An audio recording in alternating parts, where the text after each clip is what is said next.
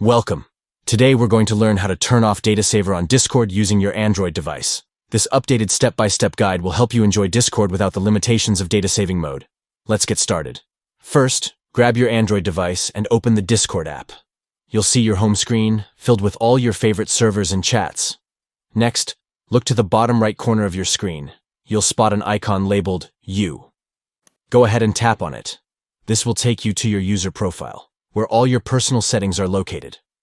Now, at the top right corner, there's a gear icon. This is the settings icon, and it's your gateway to customizing your Discord experience. Give that gear icon a tap to access the settings menu. Once you're in settings, scroll down until you find the option labeled Chat. This is where you can adjust how your messages and media are displayed. Under Data Consumption, you'll see the setting for Data Saving Mode. This feature is beneficial for users who want to minimize data usage, but if you're looking to enhance your Discord experience, it's time to turn it off.